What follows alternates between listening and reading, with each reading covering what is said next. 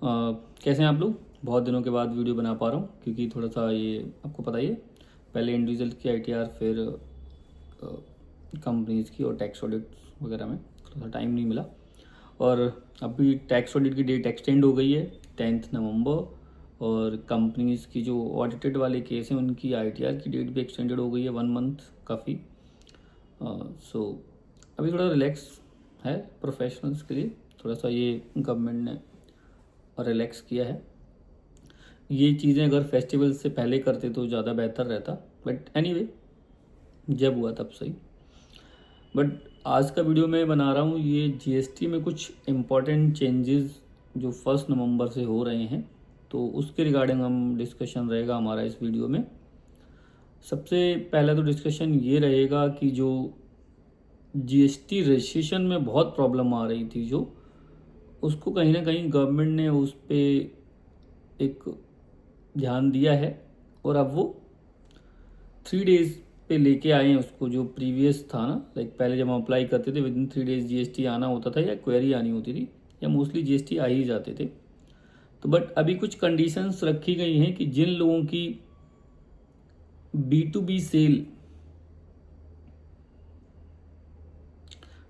2.5 लाख से per month से कम है, उनको लो रिस्क में रखा जाएगा, बिजनेस लो रिस्क में रखा जाएगा, और उन लोगों को जीएसटी जो दिया जाएगा वो जल्दी दिया जाएगा। बट अभी कोई गाइडलाइंस या कोई एडवाइजरी नहीं आई है गवर्नमेंट डिपार्टमेंट की साइड से, ना ही पोर्टल पे ऐसा कुछ है। और क्वेश्चन ये है कि ये पता कैसे करेंगे कि फ्यूचर में 2.5 लाख से कम होगी या नहीं होगी।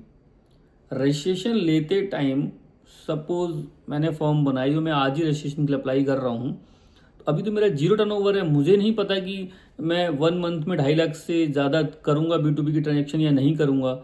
ये कोई कैसे डिसाइड कर सकता है जीएसटी लेने से पहले कि फ्यूचर में मैं 2.5 लाख से B2B की ज़्यादा से ट्रांजेक्शन नहीं करूँगा।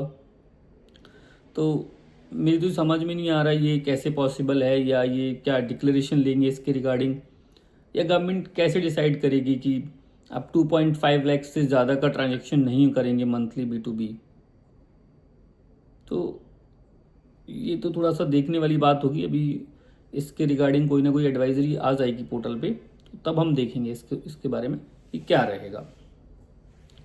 और दूसरा इम्पॉर्टेंट चेंज है कि रिफ़ंड को लेके, जो रिफ़ंड में लोगों को बहुत प्रॉब्लम्स होती थी या बहुत टाइम लगता था, अभी जो रिफ़ंड है कि वो एक प्रोविजनल बेसिस पे आपको 90% का रिफ़ंड कर देंगे। जैसे ही आप अप्लाई करेंगे रिफ़ंड के लिए, तो आपको 90% अमाउंट दे दिया जाएगा बहुत जल्दी। और अगर ऑफिसर को लगता है कि रिफ़ंड नहीं देना है, तो उसको रीजंस देने पड़ेंगे। बेसिकली जो भी इन रिफॉर्म्स का जो मोटो है वो एक ही है कि आप टाइम बाय ना करें, टाइम लोगों के समय को ख़राब ना करें, टाइम की वैल्यू को समझें, टाइम ख़राब ना करें। ये अगर आपको देना है तो आप उसको 2 दिन में भी डिसाइड कर सकते हैं, अगर आपको नहीं देना है तो वो भी आप 2 दिन में डिसाइड कर सकते हैं। उसके लिए 1 महीने 2 महीने का वेट कराना ज़रूरी नहीं है। सेम जीएसटी में अगर आपको रजिस्ट्रेशन देना है या नहीं देना है, वो चीज़ आप विद इन अ वीक या 2 to 3 डेज में डिसाइड कर सकते हैं। अगर आपको नहीं देना है तो आप 3 दिन के अंदर ही क्वेरी लगाइए ना कि ये चीज़ें आपकी, ये डॉक्यूमेंट्स कम है, ये आप लाइए, तब हम आपको देंगे। ये क्या कि आप 1 मंथ एप्लीकेशन फाइल करने के बाद आप 1 मंथ उसको रखे बैठे रहते हैं। 1 मंथ के बाद बिल्कुल जब टाइम बार होने वाला होता है कि भाई अगर 1 मंथ तक आप नहीं करेंगे ऑटो अप्रूव हो जाएगा, उसके जस्ट 1-2 दिन पहले उठा के आप क्वेरी भेज देते हैं, और उसमें भी कुछ भी कि ये लाइए वो लाइए, और जो मर्जी आता है कहीं से भी कॉपी पेस्ट करके डाल देते हैं कि ये चीज़ें चाहिए हमें। और ये हम बहुत देख रहे हैं ऐसा कुछ।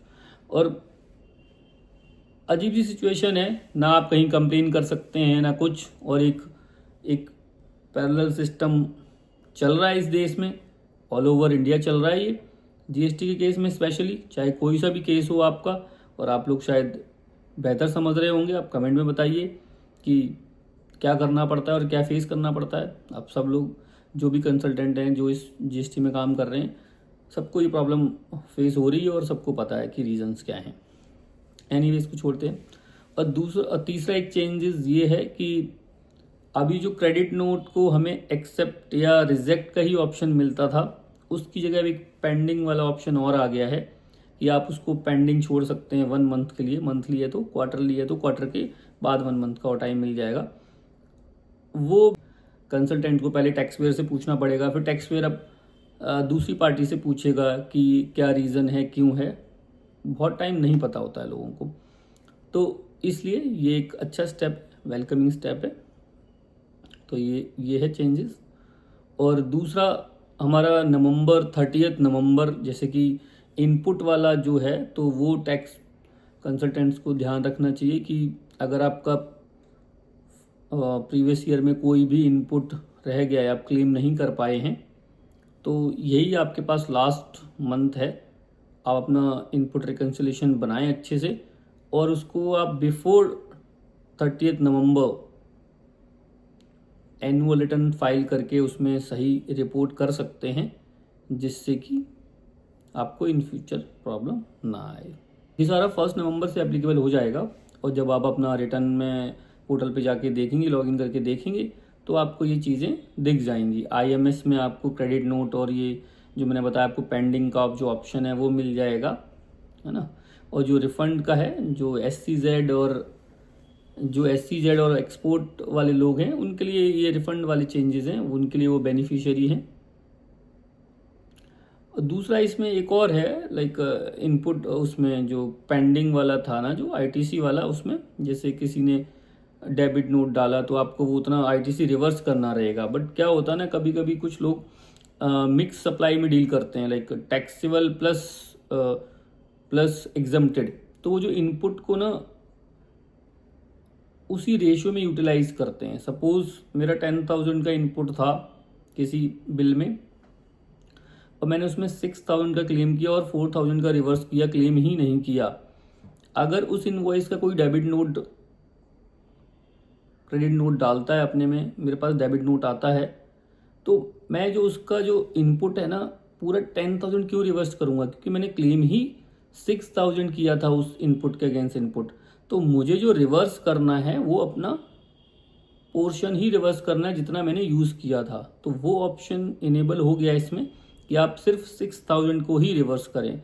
तो कहीं ना कहीं ये थोड़ा सा और सिंप्लीफाई चीज़ें हो रही हैं GST में। एट दी एंड जो हम बढ़ रहे हैं धीरे धीरे GST में, वो इनवॉइस वाइज बढ़ रहे हैं। इनवॉइस टू इनवॉइस, हर चीज़ इनवॉइस से लिंक होगी। एक इनवॉइस आया है, वो इनवॉइस मतलब कहीं ना कहीं हम इंटीग्रेटेड कर रहे हैं चीज़ों को, जिससे क्या है कि लिटिगेशंस हैं वो कम होंगे और जो टैक्स कंसल्टेंट्स हैं उनकी प्रॉब्लम्स भी कम होंगी, क्योंकि आप चीज़ों को मैनिपुलेट कर ही नहीं सकते हैं। ना आप मैनिपुलेट कर सकते हैं ना ऑफिसर्स मैनिपुलेट कर पाएंगे, क्योंकि जो भी होगा वो सब कुछ पोर्टल पे अवेलेबल होगा।